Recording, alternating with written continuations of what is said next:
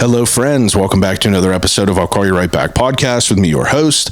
My name is Chad Medved. This is my podcast. Appreciate you being here with us this week. First and foremost, if you're a new listener to the show, welcome. Appreciate you coming. Appreciate you cutting some time out of your day to have a listen to a podcast by someone doing it in his basement in the city of Pittsburgh. Very excited about what I do, and I wanted to kind of touch on it for anyone who might be a new listener here. So I've been doing this podcast for about 8 years. I sit down and I interview interesting people throughout the city of Pittsburgh and talk to them about what they do and how they got to that point in their lives. This is a long form show where I kind of deep dive into people's lives from, almost who they were back in high school and what their hopes and dreams were before they got to where they are today.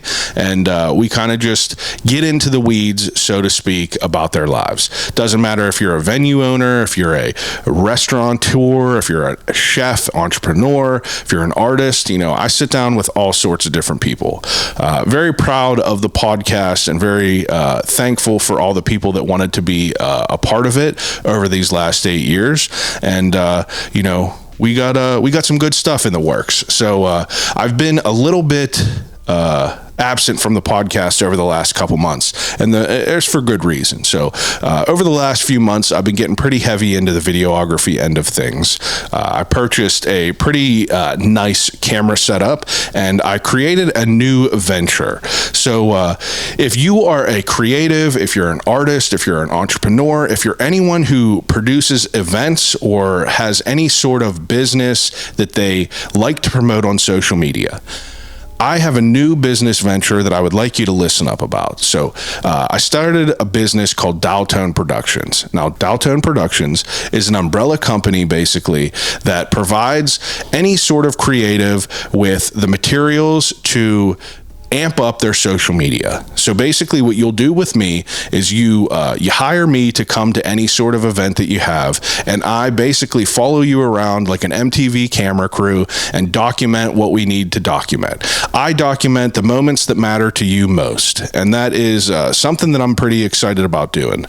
Recently, I've been working with a couple wedding vendors, Steel City Florals, who's a great florist that has been a guest on the podcast, Mike Medved, who is a wonderful wedding singer who is a guest on the podcast as well, and obviously Antoinette Medved Makeup, who is my life partner and also an alumni of the podcast. But basically what I want to do is, I want to fill a need for all creatives in the city. So if you're putting on an event, if you're going to work, if you're doing something the day of, the last thing you do is remember to pull out your phone and document these things so you can make a reel and put it on social media.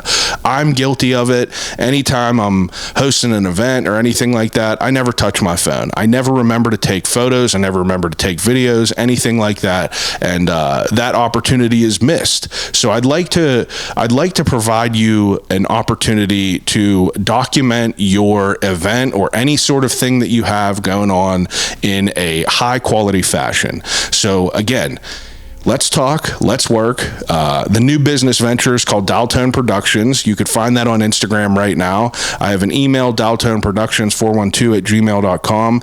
And basically, you could hire me for my services. Let me come and document your moments that matter most. I will come to your event. I'll follow you around. I will cut out some reels. I'll cut out some footage for you to amplify your social media. And I'm excited about this. I'm excited about the opportunities that are going to arise through this. If you're interested in it, if you'd like to ask me any questions, or if you would like me to provide any more info at all, please reach out on the DM, Daltone Productions, or daltoneproductions412@gmail.com. And now, the reason that everyone is here this week we sit down with a wonderful guest who is he's been on the podcast rather recently. So Kurt Diserio is a entrepreneur, to say the least. Currently, he is preparing for Glory Daze Motorcycle Show, which is a wonderful motorcycle event that is hosted in the city of Pittsburgh that he has been putting on for, I think he said this is the 6th year now that they've been doing this, but it's coming up on September 20th and 21st, which is a Saturday and Sunday, a wonderful 2-day event. But Kurt came in a year ago, and we got real into the weeds about his life. You know, last year we had him in, we were promoting Glory Daze, and we were talking about his life and how he kind of, you know, got to the point where he's, you know, orchestrating this huge motorcycle show. So him and I have, you know, we keep in touch, and I invited him back in to kind of promote Glory Daze that's coming up this next couple weekends. And we kind of just have another conversation, getting a little bit deeper into it. Glory Daze is a 2-day festival that has that's rather unique. You know, there's options for anyone, even if you're not a motorcycle enthusiast. You know, basically this is a curated art show, if you will. Kurt does a wonderful job at curating different types of bikes and builders from around the world to bring their bike to Pittsburgh Brewing Company out in Creighton, and he has the ground set up is basically an art exhibit. You know, all these people bring in these incredible bikes that are built out, and they're all spaced out evenly, and you could walk around and you could see the craftsmanship that these people put into these rides, and it is fascinating. So we talk all about that. We get into it a little bit deeper, and then we expand on all the other offerings that Glory Daze has this year. Everything from, you know, the Wall of Death brothers. You know, basically what that is these dudes get on bikes in this small contained area, and they just ride these bikes around you 1,000 miles an hour, and you just, you know, throw money at them, and you get to watch them get crazy. You got a tintype photographer, you got bands, you got vendors, you got food trucks, you got icy light and other different libations, if you will, and it's going to be a good time. So I wanted to have him in, and I wanted to kind of, you know, learn more about what was going on with Glory Daze. So if this sounds interesting to you, glorydazepgh.com, DAZE, so glorydazepgh.com. Tickets are on sale right now, and again, this is for September 20th and 21st, which is a Saturday and Sunday. And it's all ages. You know, you all ages, bring the kids, let's have some fun, come check out some of the great builders in and around the city and beyond. And I'm excited. I'm going to be there both days. I'm going to be documenting the event, as I was mentioning before, with Daltone Productions. So I'm excited to get in there and talk to a lot of these builders that have poured their heart and soul into these incredible motorcycles. So without further ado, episode 308 of I'll Call You Right Back podcast with Kurt Diserio of Glory Daze Motorcycle Show.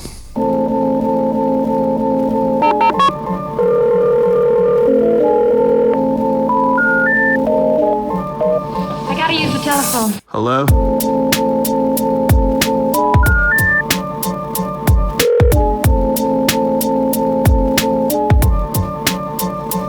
Telephone. I'll call you right back. Call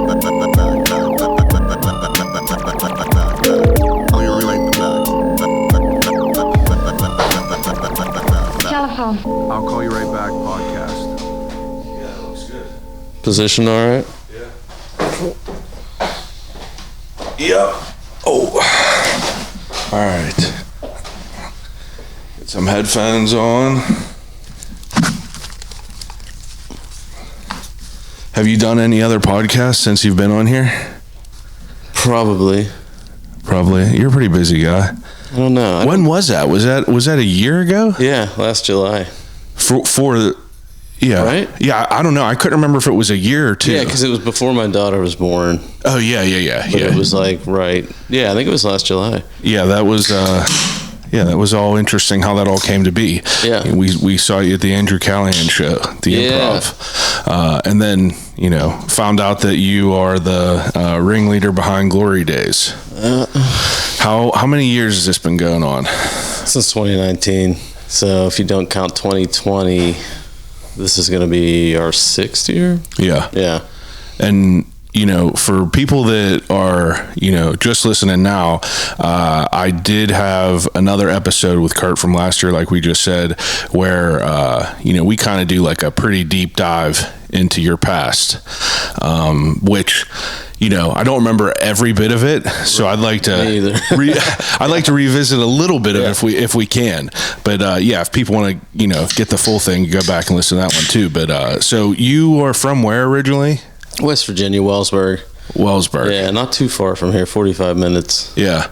And I know that you have like a pretty entrepreneurial past. Mm-hmm. Yeah, I mean, I just always tried to make money doing things I liked, which I think a lot of us creative people do. We're trying to figure out how to, I guess, manipulate the system to get $1 for doing something we enjoy. So, I mean, I had a motorcycle shop when I was younger. I think, we definitely touched on it last time, but really just to shorten it, I mean, from that, I was always trying to create side businesses or some type of a side hustle and just using the internet to get myself out there. Yeah. Small businesses here and there, just kind of through the kitchen sink at life to, to stay out of the corporate world. Yeah. And how old are you? 40 now. Yeah. Okay. Yeah. Because it's starting to come back to me though, because I remember, and you said that you got into bikes because of your dad, right? Yeah, I think it was one of his interests, and just being in West Virginia, we had at least some land, that we could ride on, and my brother and I would ride dirt bikes and ATVs. It was just part of growing up. You didn't have a big community of friends around, so you just sort of had to figure out what to do. So we just set things on fire and rode dirt bikes like all kids Classic. do. Yeah, all can't beat that. Yeah. I think pretty much everyone, all of my friends, like we have that experience as well, you know, just like in a field, like, mixing shit together and lighting it on fire. Yeah. Making stuff that smells bad. Yeah. Climbing trees. Were you like a airsoft kid, paintball and all that? Nah, we would shoot BB guns at each other.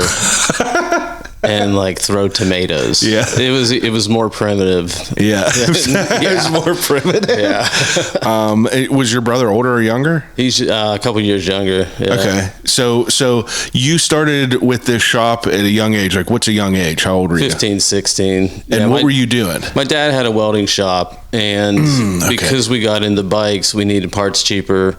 So he had like a little side building that he put on, and we just sort of used that to get dealership license, and then grew into like a motocross shop. Small thing, but I would just make I learned how to build websites because of that, and that's kind of how I got into e-commerce web building. And then I would just create side businesses that would be based around one specific like make or model of a bike or one particular area of the industry. And I would just make a website for that, and we would manufacture the parts there or kind of sort them from distributors. Yeah, and that just sort of took off. That whole idea kind of led me where I'm at now. Yeah, so I mean, like, whenever you started that, was that just like, you were just making you were just filling a need? Did you like want to go down that path as like a career? Did you have that thought? No. Okay, yeah. Like this is something I think we also touched on, was nobody growing up had any idea there was no direction. Yeah. Even in high school, there really wasn't anyone telling me, oh, you're good at art, here's what you can do. It was all just like, oh, you're just going to be Bob Ross or nothing. There wasn't any explanation of design studios or creative studios or, hitchhiking to New York and getting a job at BBDO or anything like that. Yeah, that was all like looked down upon. You're 5 years older than me, and even at my age, I graduated in 08.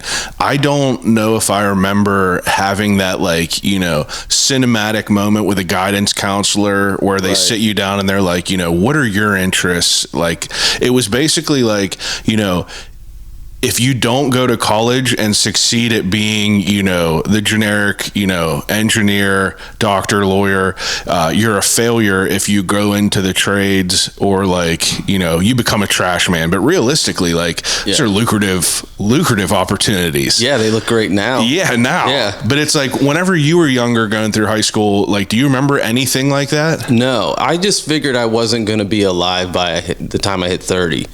You know, like I don't even mean that in a fun. It's just I never thought about the future. It was always just like, let's do what I can right now, and this is it. And if this works, then I'll think about it. And it was just like a snowball effect where that just kept happening. There wasn't like, oh, in 20 years, this is where I would like to be. Yeah. You know, even right now, it's hard for me to do. I need to start doing that. You know, I need to like come up with. But it's like a 17-year-old, you know, 15, 16, 17, like you don't think beyond the weekend. No, I didn't want to go to college. I had a scholarship though that paid for it, so it worked out. For what?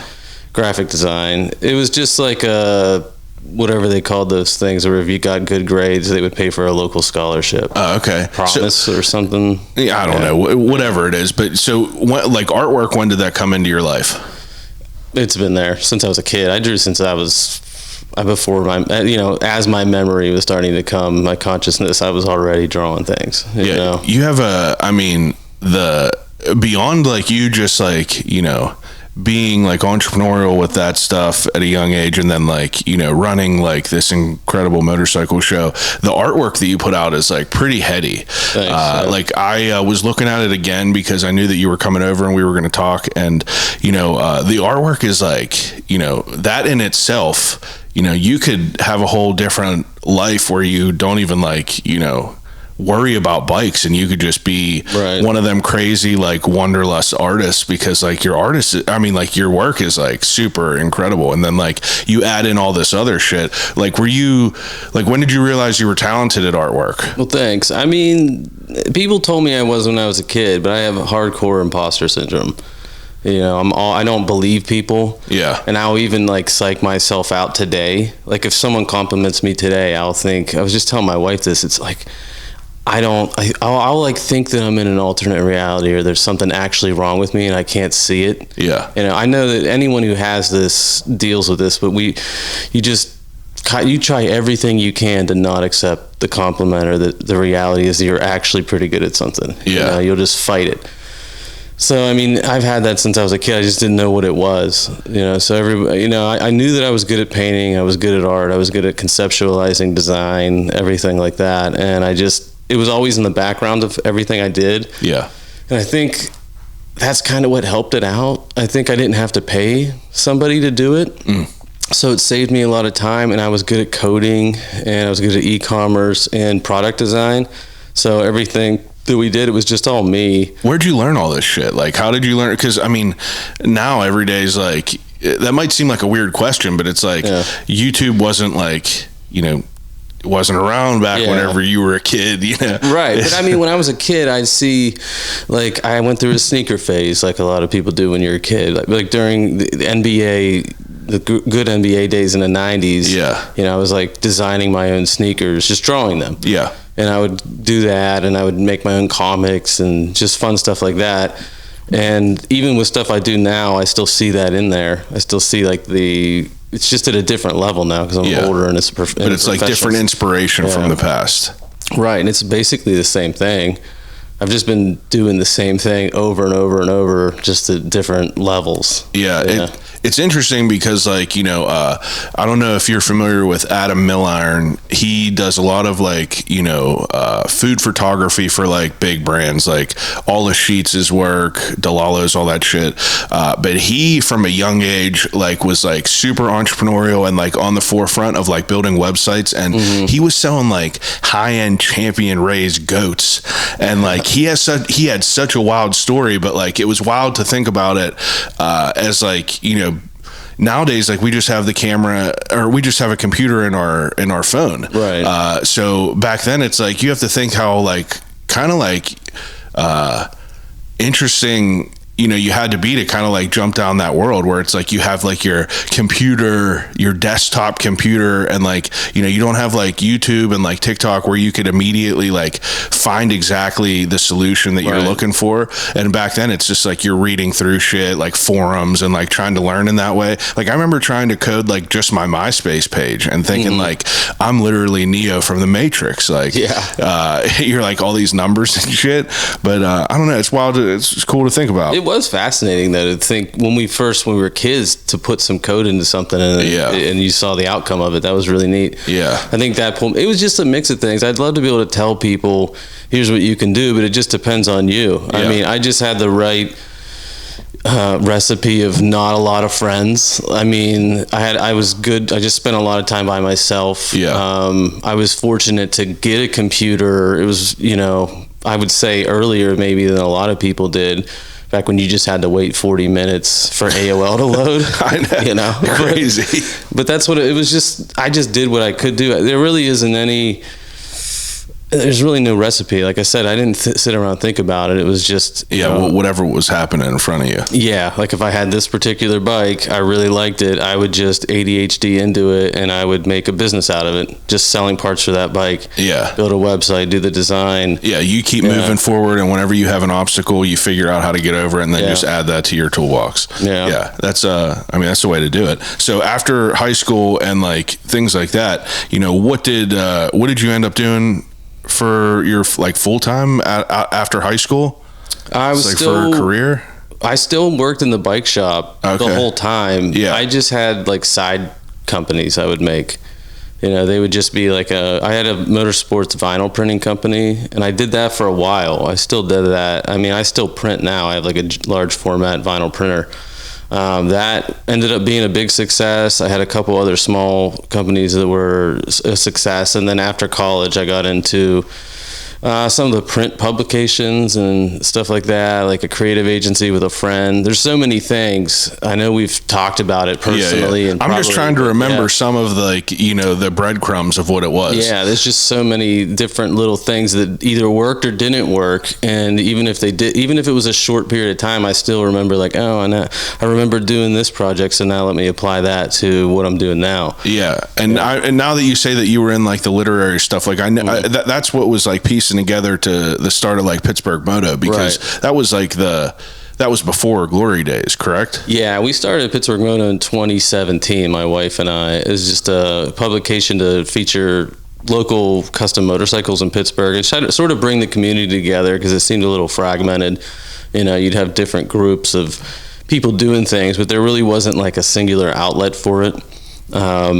So we did that, and then at the end of the year, the first year, we were like, I would like to do something else. And we always travel into these motorcycle shows, and I liked the way certain ones were done, where it was more of like a curated gallery exhibit. Mm-hmm. And I felt like Pittsburgh really needed something like that. With the idea that it's a local show, but it's not like a judge show. It's more like I said, a gallery exhibit where the bikes are placed and people come in from all over. So we could attract builders from the West Coast, Canada, wherever. If they'd want to come out and spend a weekend in Pittsburgh, we could show their bike and, give them the notoriety they deserve for the craftsmanship. Yeah, rather than just like, have a line of bikes just like packed on a street where people are just mingling like that. I like the idea of it being like the gallery type of experience.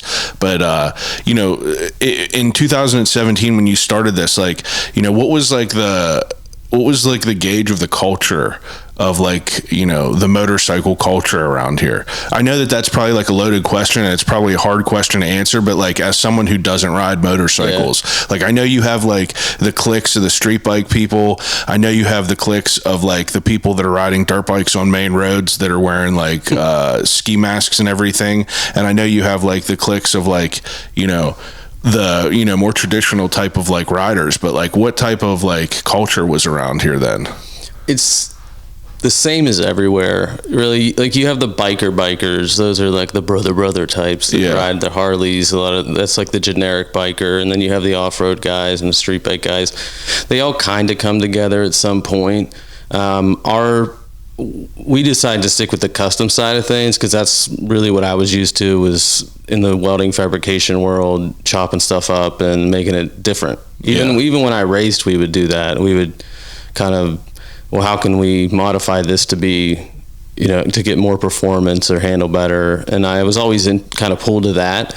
So instead of trying to tackle the entire industry, Alexa and I, we just couldn't do that as two people So it was like, let's just stick with the custom side. It's easier that way. I mean, it's kind of like people were like, well, I don't have a custom bike. Can I still come to the show? And it's like, yeah, I mean, if you drive a car, you can still go to a custom car show. It's the same type of thing. It's more like, this is just the high-end craftsmanship being presented to you. Maybe you'll get an idea, maybe it'll inspire you to do something else, or you just take it in like you would any piece of artwork. Yeah, now that you say that it's like more of a gallery experience, like I don't know why it like clicked in my head that that's like really kind of what it is. It's like you have these like, you know, these pieces staged out by these people.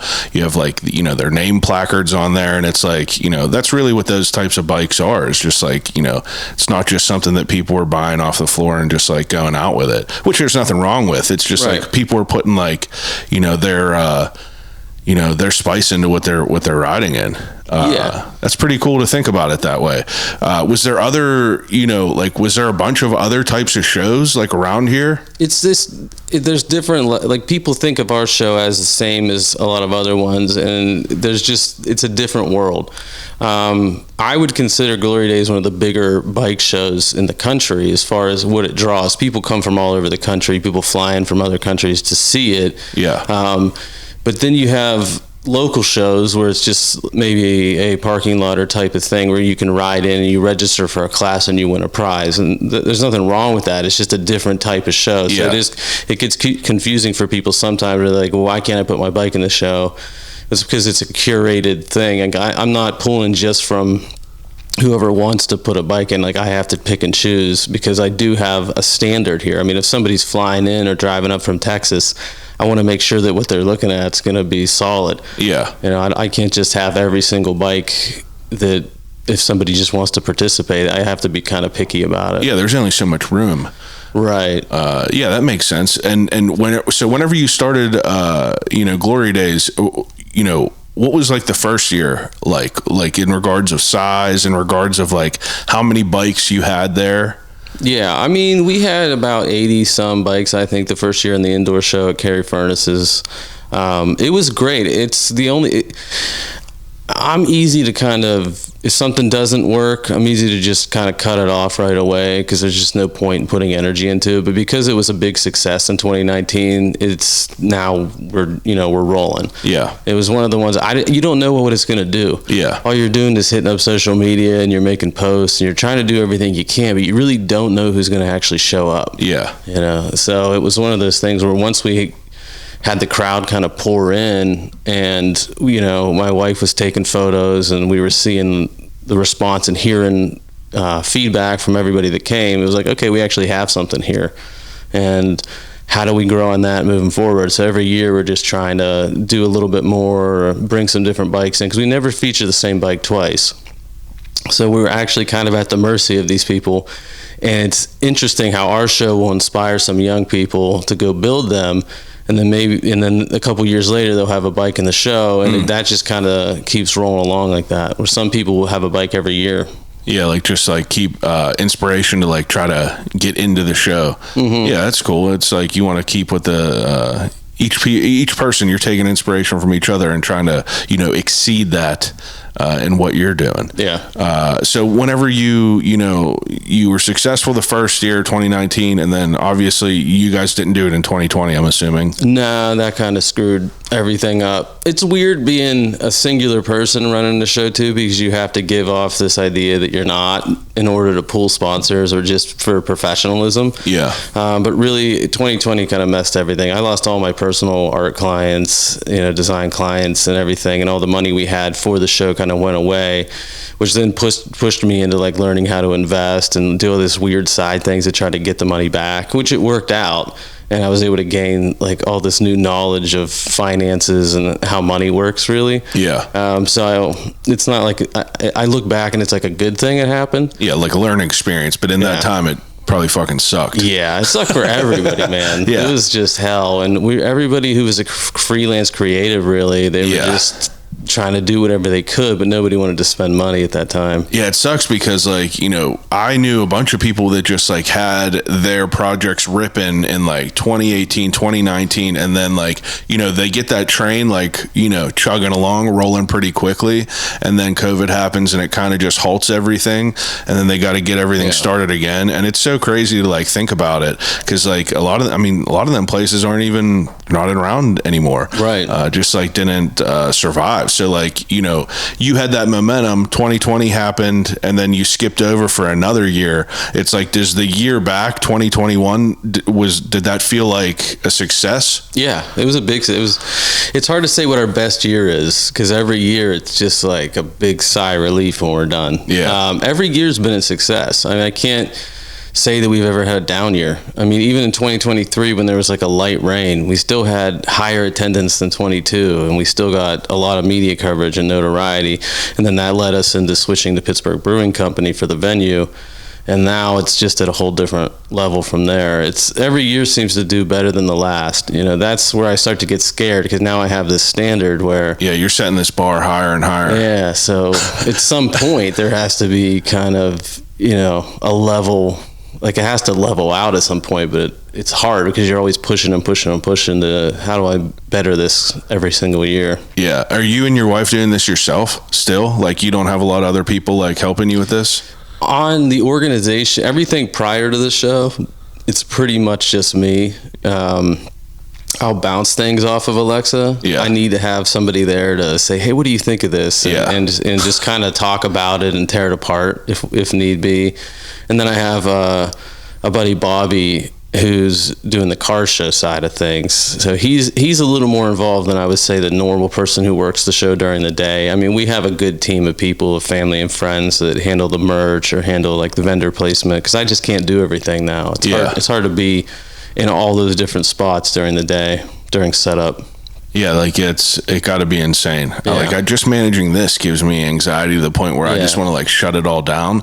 But you managing the show, like, it's intimidating for me to think about it. It's a lot. It gives me so much stress. I have nightmares throughout the week, and like, doctors are like, why do you have so much stress? Because I don't feel like I have a lot of stress. Yeah, you on the outside, like, I would say that you're like very, very mellow. If I if I just like met you, like, you seem, you're just like, that dude's super chill, very mellow. But I think I'm just used to it. Yeah, I'm just used to like extremely stressful. Yeah. Where it's just this is it. This is the biggest day of my life every year. Yeah. And it has to go right. Well, it's on the surface, you know, like Snoop said, still waters run deep. It's like on the surface, you're like, it looks chill, but underneath it's like, it's crazy. I feel chill. Yeah. You know, until I don't. Yeah. But, I mean, it got to be insane though, managing everything and like scheduling, just like emails and like checking in and like making sure everything's like running smoothly is like, or missing something. Yeah. That's like, crazy. I'll get an email and I'll be on the road and I'm like, I shouldn't have opened that, you know? So if I try to mark it as unread. Keep as new. But there's so many outlets for communication now. Anyone who runs a business does this too, because you have all the social media messaging, you have personal messaging on Facebook Messenger, you have emails, you have texts. There's all these different ways, and it's hard to keep up with it all. Yeah. So I mean, you know, we're in 2025 now. I'm sure that it's going to be the biggest and the most grand of all of the years.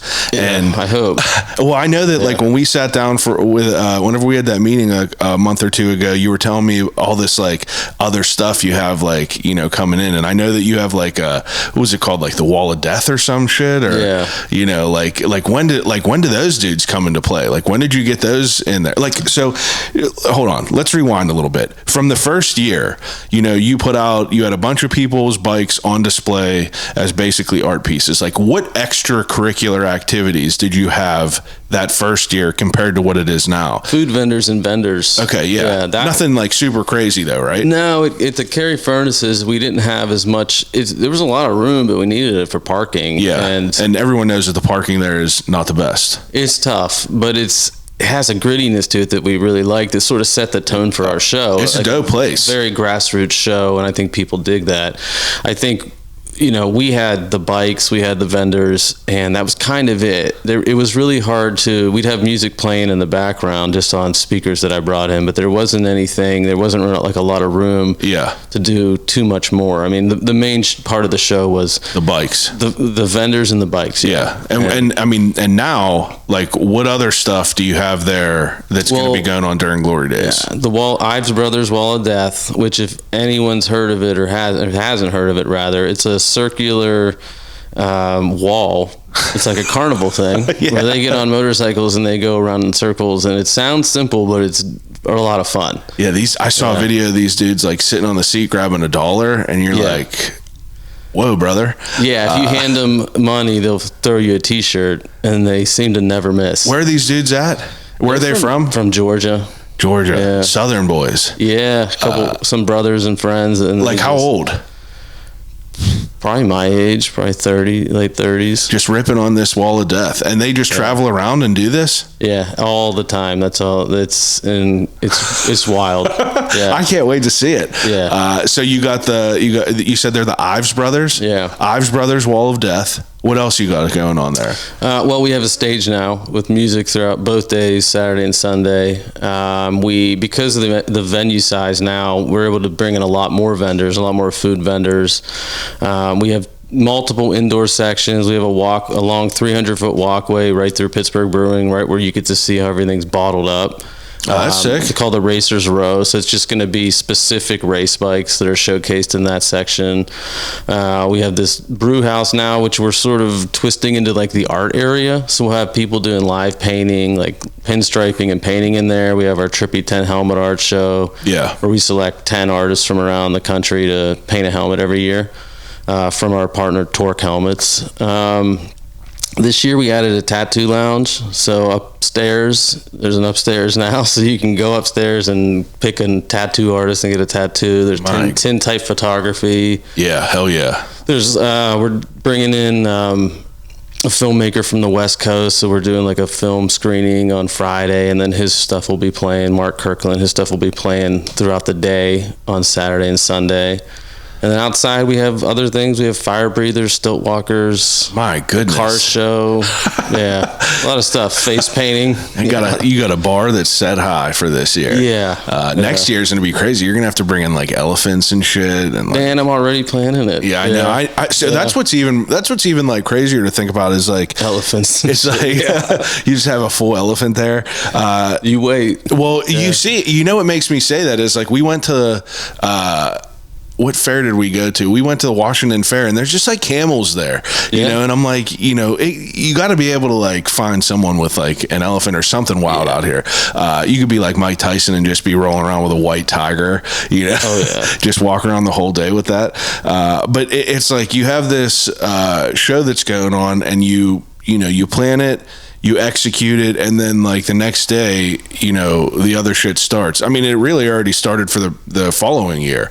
Yeah, I mean, we'll do the build up. Right now it's just chaos, and then it's just going to be clear up to the show, and the week of we have to set up. We have to get all the bikes in, so everybody's showing up from everywhere. I have to do the handshake and meet and greet type of stuff with every single person that comes in. Yeah, which is a lot. And also get the bikes in place. And then Friday we'll do a film screening at the venue, and the show will happen Saturday and Sunday. We have a Saturday after party at Spirit with Pittsburgh Honky Tonk. Hell yeah. And then Sunday will happen, then everybody loads out, and then I have meetings with people that are in town, and then media coverage and everything starts after that, and we're already back into it. Yeah. We're already planning next year. It's weird how people anyone who does big events gets this, but you're looking ahead. I'm already on like a 5-year plan. Yeah. I mean, it's exhausting. How do you keep your mental about you? I've been trying to consolidate work, really. Like you talked about the art thing. I would love to just do Glory Days in my artwork. That would be, I think, the ideal thing. I just feel that I'm always drawn to like start something new, which I think is sort of like I got to stop the brakes on this stuff, because in the past I would just create a new project and go into it. Yeah. But now that we have a baby, I don't have time for that. Yeah. So I really do need to pick and choose. And I feel like after this, I got to wait till the show's over to see how it goes. But I'm not going to be at a crossroads. I think at 40 years old, I need to be like, okay, here's what I need to focus on. Here's what I need to cut out or just kind of move away from. And then just really put everything I have into those two things. Yeah. Do you do a lot of your artwork still? I try to. I'm doing a piece now, but I mean, I don't have time because of everything else that's pulling me. Yeah. It's hard to turn down money too. I mean, when I get it, I try to say yes to everything.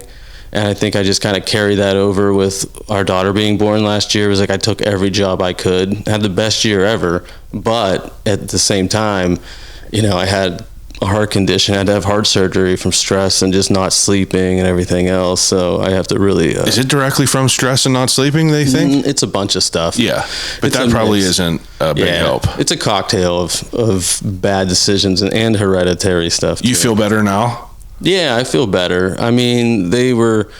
Like one day they were just like, yeah, you have to quit coffee and alcohol and all the in-betweens. And it was really hard to just one day go cold turkey with literally everything. Yeah. Like coffee's tough to just stop. Yeah, for sure. Yeah. And then you can't drink or smoke or anything. It's just like, okay, I gotta. Yeah, it's definitely tough. So do you do like any other wild shit? Like, are you into like meditation or anything? You try that ever?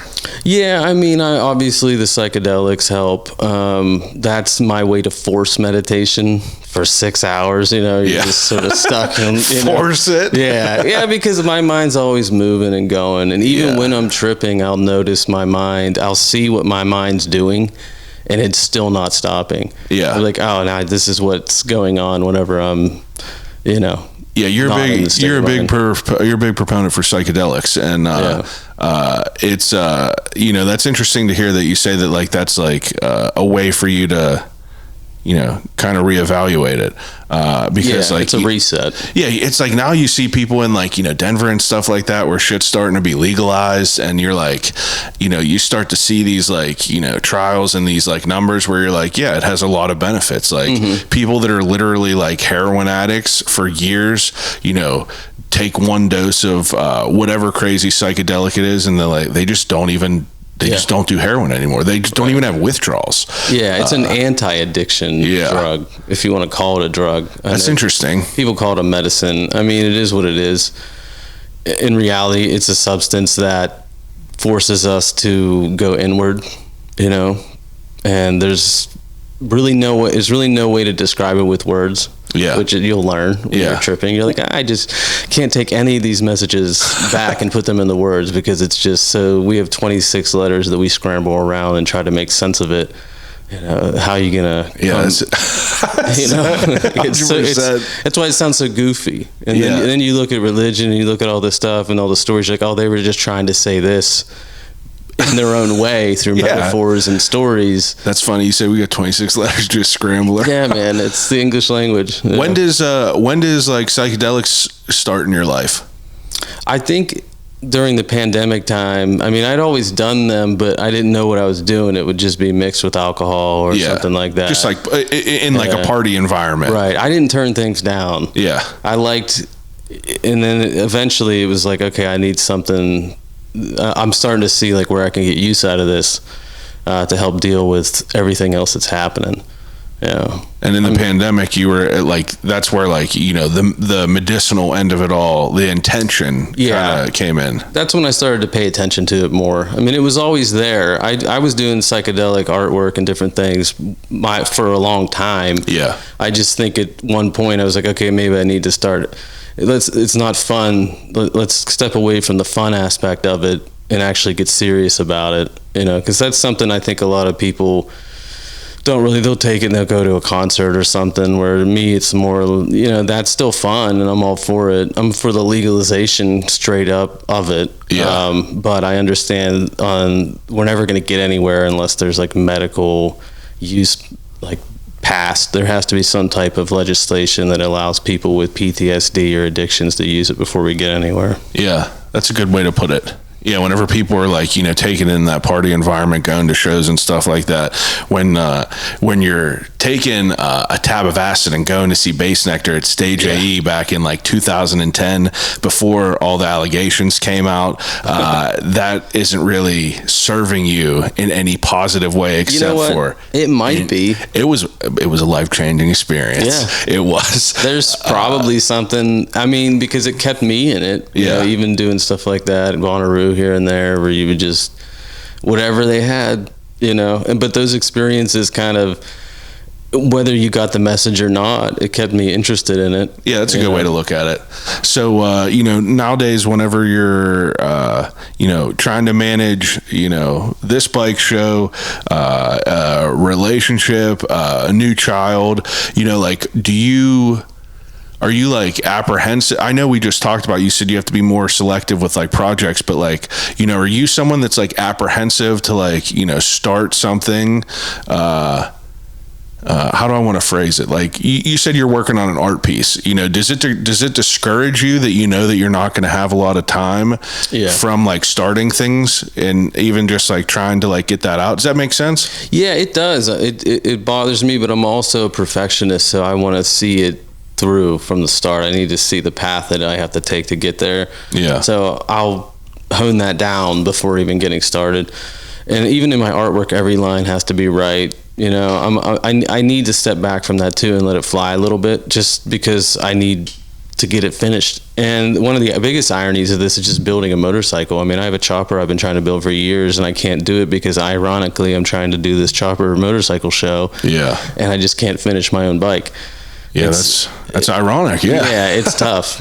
What's your medium for art? Are you painting a lot, or you do a lot of digital? Now. Right? I'd love to paint. I don't have time. That's the real problem. Is just I'll do one here and there, but it's something where it's like, okay, I could do 10 digital pieces, and by digital I mean I draw them by hand, and then I put them in and color and do texture and different things like that. Which sometimes it takes longer, but I mean it's easier for me to work in that type of setting right now. Yeah. So you said that now you're doing a bunch of media, because obviously the show's in 2 weeks? 3 weeks. 3 weeks. Yeah. Sorry, I didn't mean to scare you. And I know that I was seeing on your Instagram, like you went and you like what was that shit you did with the bike? Was it, the Renfield bikes? Oh, Royal Enfield, yeah. I just went out to they had me come out to Milwaukee to test ride it was a bike launch called the Gorilla 450. So it's a new mid-sized bike that they're launching. Is this in correlation with Glory Daze? Like, do you cross-pollination with stuff like that? Sure. It was more of just, I don't want to say influencer, but maybe I was just someone in the industry that had an audience, and I was brought in to... That's cool. Yeah, give my opinion on it, do media, where I had to follow vans that were shooting and photographing, and there was a whole group of us. It was pretty cool. Yeah. Do you ride a lot still? Not as much as I wish, I could. Yeah. Again, with the kid, it's hard. Alexa and I can't just take off and hope that Sesame Street keeps the baby safe. Yeah, for 3 hours. Yeah, it's more like you go and then I'll go, and it's just been, we just know it's going to be hard this first year, but we'll get back. How old now? She'll be 1 next week. Wow.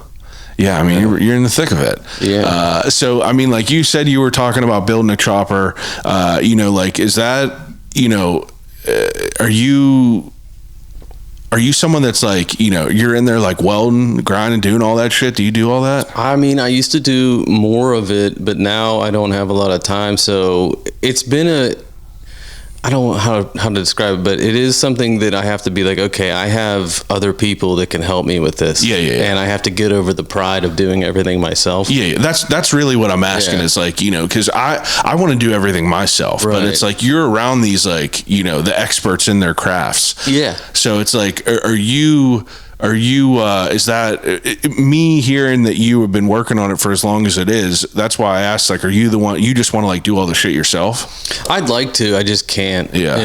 It's also expensive to build bikes. It's hard. And there's always just so many changes and things happening with it. So I've been just getting more of my friends, a lot of the people I've met through Pittsburgh Moto and Glory Daze involved. And it's been a lot nicer. It is hard to make that transition of having other people do things for you and paying them to do it. It's different. I don't look down on it, you know, but it is for me, I've always been the guy to do everything myself.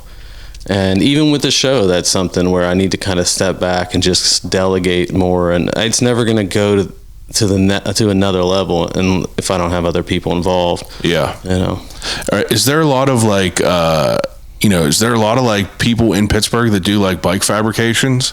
I wouldn't say there's a lot, but there's some really talented folks. Yeah. Yeah. That's one thing that like I have no really like, no finger on the pulse of is like, you know, just like the motorcycle world. Well, here's what's weird, man. Like, because we did Pittsburgh Moto and Glory Days, from the outside through social media and stuff, people from other countries will think Pittsburgh is just this incredible motorcycle city, and they'll message us and be like, I can't wait to come to the Chopper City, Pittsburgh. It's not, it's just like, that's all you see. It's not really like that. I mean, it's hard to ride a motorcycle in Pittsburgh. Yeah. It is more kind of on the greater Pittsburgh, you know, outside of the city is really where a lot of the bikes are. So I mean, it's not, we're trying to make Pittsburgh into that, but it's just only, you know, we have winter. I think that we have winter. Yeah. I think that that's why like a lot of the questions that I'm asking are like, you know, kind of like low level, you know, entry level questions, just because like it's hard for me to gauge, you know, what it is, because like it obviously seems like an incredible turnout every year. And it's cool to see that there's people that like, you know, travel here from, you know, outside of the country just to experience it. So it's like, you know, for you, it's like, you know, what makes you keep it here compared to like, you know, going to someplace that's just like, you know, that has like the possibility to be a little bit more efficient. You know what I mean? Like bigger venues, stuff like that. I've thought about it. I mean, I have. It's just, you know, we have it set up here. It's where we live. It's where family is. It's hard to just leave it. I mean, I'm not saying in the future we won't have another Glory Days somewhere else. I don't know what that looks like. Do I really feel like that? A lot of stress. It looks like a lot of stress. Yeah, right. So I mean, I'm just gonna do what I'm doing and see where it takes me. I mean, this year, everything kind of depends on this year, really, with moving forward with stuff. It's our first 2-day event, and you know, we got certain big sponsors lingering potentially for next year. So if we're able to pull it off, you know, which I think we will, as long as the weather's all right. It's really about the community kind of makes it, you know, like everybody, all these people that come and they do their own things. That's really who I'm counting on. Yeah. You know, the vendors who set up and the guys that show up every year and just have a great time. I feel like they can just let loose and be weird and in like an environment that's open to that. Yeah. Like-minded people. Mm-hmm. Yeah, that's cool. And you know, you mentioned that this is the first year with 2 days. So, you know, why add in the second day? You know, like what made you do that? I don't know, man. There were years where I didn't want to do it, or I just liked having that one day. It's a lot less stress if you can pull off the one day you're done. Yeah. I think for legitimacy, to take it to another level, people that come in from out of town wanted it. Like, people wanted to have the second day. So it was just something that I was like, let me do 1 year Pittsburgh Brewing last year, you know, just to get my feet, you know, in and make sure everything's going to work out. And then it did. And Iron City was on board, man. So we just kind of went for it. Yeah, that makes sense to, you know, if you're traveling in here to experience this show, to like have a second day. Or a backup day. Really. Yeah. If it does rain, we do have, you know, Sundays as well, but yeah, that's cool. And you got like some bands playing. Yeah. And it, like, so like for you to like have all these, like, are you taking like submissions for people that like want to be vendors and stuff like that here? It's both submissions, and then I'll reach out. You know, I'm always digging, always looking around. Yeah, I have my eye everywhere at all times. And then I have a system set up to where if I do find something I like, I'll plug it into the system, make notes, you know, schedule emails to myself, everything that we do to how do you try to maintain it. Like, what do you do to like kind of keep your shit straight as far as like, you know, are you a list guy? Yeah, I'm constantly making to-do lists and spreadsheets. Obsessed with spreadsheets, but I would love to create my own software for this. Like, that's my next thing, is if I could do that, and that's a whole other monster. Yeah. But that would make my life a lot easier if I could drag and drop and do things, you know. Yeah. I mean, like, so do you pretty much like map out like, do you have a map drawn of the grounds where all the bikes are going to be and everything? Yeah, I got a map of where every vendor, all the bikes in the bike show are going to be, and it's based specifically because it is, like we said, the gallery type of setup. I don't want a bunch of blue choppers together. I want to split them up. So I need to make sure that when I'm drawing it, I actually have pictures of these bikes, and I have to make sure that it makes sense. If somebody's going to walk through it, how are they going to visually take it in? It's not, I don't do it just by order. I make sure ahead of time I know exactly where everybody's going to go. And then there's always a wrench. Someone doesn't come, or someone brings an extra bike, and then you just have to think on the fly. Yeah, that, it all just seems very exhausting. It's very. But it's rewarding, I'm sure it is, to like be there and kind of be like, standing into the chaos and just like experiencing it that day. It got to be cool. It got to be worth it. Yeah, it's cool when hearing people's have great stories, man. Like a lot of these people feel like they're heard, or that their craft is really appreciated by it, and then the people that come really like it. And then you have the other side where, because it's at the level it's at, people don't care to say, if they say something rude or whatever, it's no longer, they don't know they're just talking about me or like an individual running it. They think it's all these companies. And, so you also have to deal with that. Yeah. Bunch of bullshit. Yeah. It's going to be a good time. I'm excited about it. Yeah. It'll be fun to see. It's always like an interesting vibe that any car show brings, or any like bike show or anything like that. And I would say yours is more of like a younger feeling one compared to going to like Mineral Beach with my father or my father-in-law and looking at all these old guys sitting next to their like Trans Ams with their same Coleman cooler that they've had forever. But that's a cool vibe. We tried not, even with the car show, we try not to do that. I don't want just people sitting next to their ride. It's awkward. I feel like that kind of seeps from the pores of like what you are promoting. I don't get that vibe from you at all. But even those more tame vibes of them old guys, like, it doesn't matter. It's still a fun vibe just to like see people like being around, something they're passionate about, but get up, go walk around. Go see the other people's shit. It's cool. I like it. I think also something that's not you shouldn't bat an eye at is like the branding that you guys do, that you do. And I feel like that's such a crazy thing that you do on top of all this stuff to like add all that in, just because like I'm trying to like just do my own shit now, and just like the time it takes and the level of like, obviously you're more talented for sure, but it's like, and things come more easy, but it's like you're putting in all this time. It's like, how do you I don't even understand how you have enough time to do it all. I stay, now my wife and daughter go to sleep, and I'll stay up till 3 or 4. And then I wake up at 8 or 9. It's terrible. It's not good. But you're making it work right now. That's I'm trying to pull in. I never everything I do just depends on how many hours I have. If I have more time, it'll be better. It's how everything is, I feel, in this world, or just as a creative. If you just had a little bit more time, the more time I spend on Instagram, the better it is. It's weird, the more time I spend drawing this and that and doing branding, the better it is. So I think in 2019, I designed the poster and did all the branding, and I think it just sort of became part of the show. People would look forward to the poster every year and what it was going to be, because it was always based around my artwork. So I sort of have to do that now. It's like part of the event. Yeah, that's cool though. Yeah. It's a cool part of it. And it's contrary to like what you typically see in the biker world. It's more.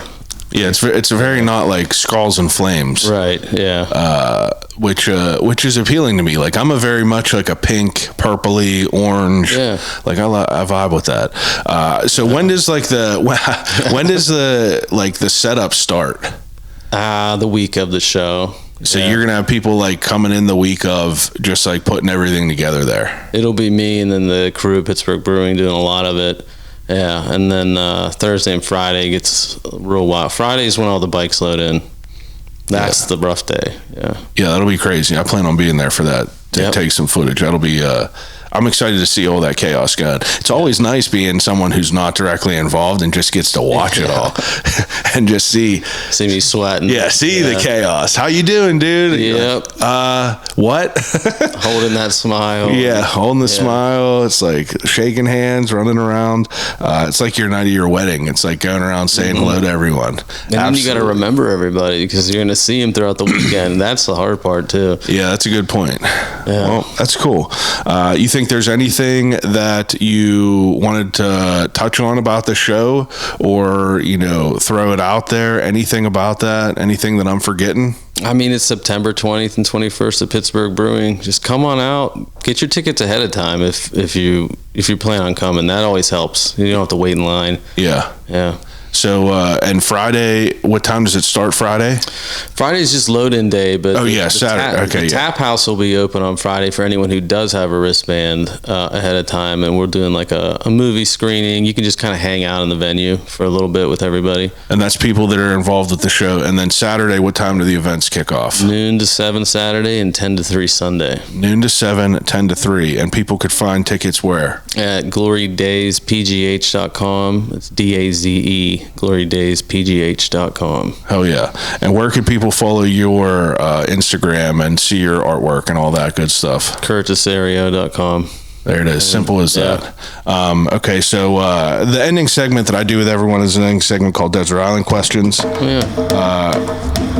We've done this before, but no one remembers what you said. You probably don't even remember what you said. No.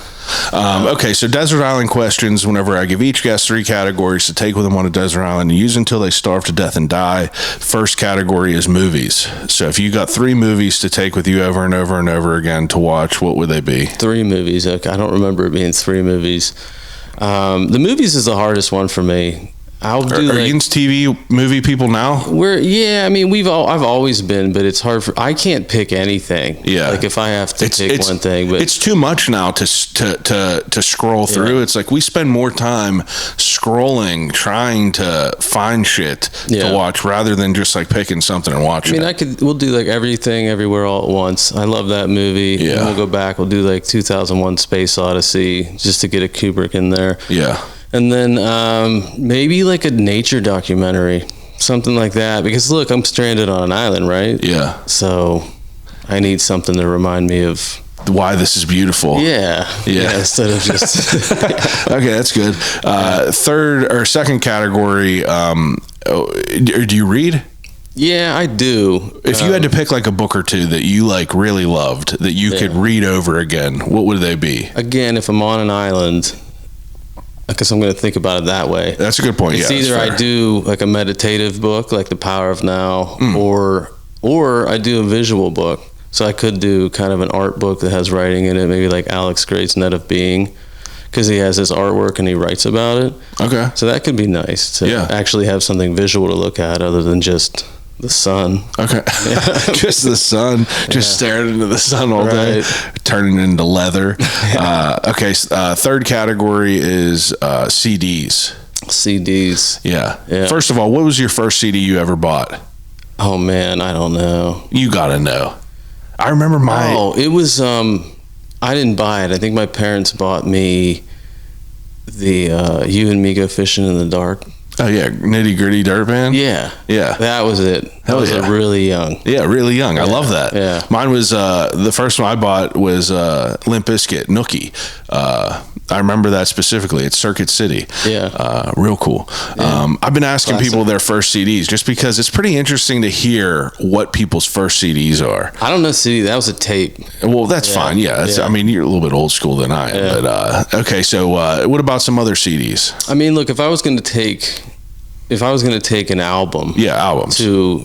If I was stuck somewhere, I'd probably do like Velvet Underground's Greatest Hits. Yeah, they had one called, I think, Peel Slowly and See. It was like from 65 to 69 because it was a giant collection. I think it was like a 5-disc. Yeah, see, that's smart. I love that. Set. Yeah, I like that's you're being crafty. Yeah, because if I'm on an island now, you got the originals, you have live versions, you have demos, so it's just a whole bunch of stuff. Okay, that's good. Velvet Underground.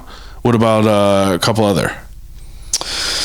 Anything recent that you've listened to that you've really been loving? And there's so much. You're a big music head? Yeah, I'm big. My wife is in a band called Heath, Head East and Forgive, and we travel around to the festivals and stuff. And yeah, we're really into music. I don't know, man. I think she's still in that? No, she wished, but it was just life gets in the way. Yeah, I didn't know that's cool. Yeah, that was kind of like early on in our relationship. Yeah, not how we met, but just kind of happened. That's cool. Yeah, I guess like if I was again on an island, I'd want something peaceful. So maybe like a Besnard's Lake album. They have one I think called like Imperceptible UFO that is really good. It's almost meditative in a way. Maybe a Beach House album, as generic as that sounds. Okay. I feel like I could listen to it over and over. Okay. Yeah, if we're gonna go modern. Yeah, that's good answers. What's the best show you've ever been to?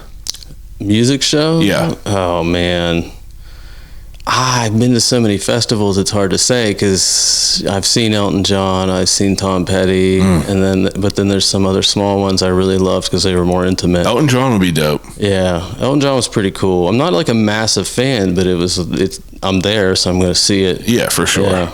Okay.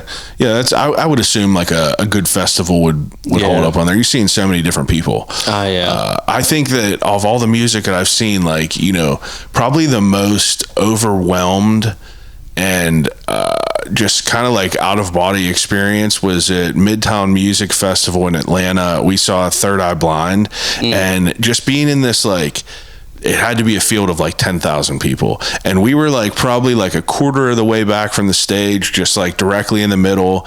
And it was just like everyone there singing Semi-Charm Kind of Life. Yeah. Or Semi-Charm Life. And it's just like in that moment, you're like, it's so crazy to think that every single person here is like, knows all these words, sings it together. And I don't know. I feel like that had to be my answer if I had to pick. That's good. I wanted to ask you. I mean, I would say maybe a Radiohead show.